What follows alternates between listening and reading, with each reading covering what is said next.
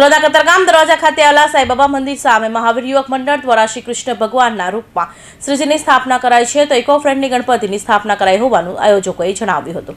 સુરતમાં હાલ ગણેશ ઉત્સવની હર્ષોલ્લાસ સાથે ઉજવણી થઈ રહી છે ત્યારે સુરતના કતારગામ દરવાજા ખાતે આવેલ સાંઈબાબા મંદિર સામે છેલ્લા 30 વર્ષથી મહાવીર યુવક મંડળ દ્વારા ગણપતિ સ્થાપના દ્વારા ગણેશ ઉત્સવની ઉજવણી કરાઈ રહી છે।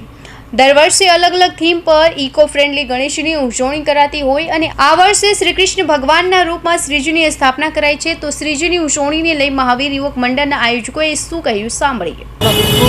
મહાવીર યુવક મંડળ આ કતારગામ દરવાજા છે સાંઈબાબા મંદિરની સામે અમે દર વર્ષે આયોજન કરીએ છીએ ગણપતિ બાપાનું। પાછલા 30 વર્ષથી મૂકીએ છીએ અને કાંતિભાઈ બલર આવીને આરતી ઉતારીને ગયા છે। આ વખતે કઈ પ્રકારની મૂર્તિ લાવ્યા? અમે આ વખતે કૃષ્ણના રૂપમાં લાવ્યા છે અને અગાડી શંકર ભગવાનની મૂર્તિ બી મૂકી છે અમે।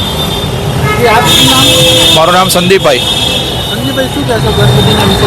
ગણપતિના વિશે અમારે કહેવાનું એ જ છે કે અમારા ગણપતિ દર વર્ષે અમે ઇકો ફ્રેન્ડલી જ રાખીએ છીએ કે જેથી કરીને પર્યાવરણને કોઈ પણ પ્રકારનું નુકસાન ન થાય અને આ ગણપતિનું અમારે વિસર્જન કરવાનું હોતું નથી। ખાલી ફક્ત ને ફક્ત અમારે જે મંગલ મૂર્તિ હોય છે તેનું જ વિસર્જન થાય અને તેનું વિસર્જન કરવા પણ અમે અમારા મંડપ પાસે જ કરીએ છીએ જેથી કરીને અને એ પાણી જે બચે છે તે અમે અમારા જે ભાવિ ભક્તો હોય છે તેને આપી દઈએ કે જેથી કરીને એ પોતાના ઘરે આપણે તુલસીના ક્યારામાં અથવા તો વૃક્ષમાં નાખી દઈએ। તે પર્યાવરણનો બચાવ થાય તેના માટે થઈને અમે આ વસ્તુ કરીએ છીએ।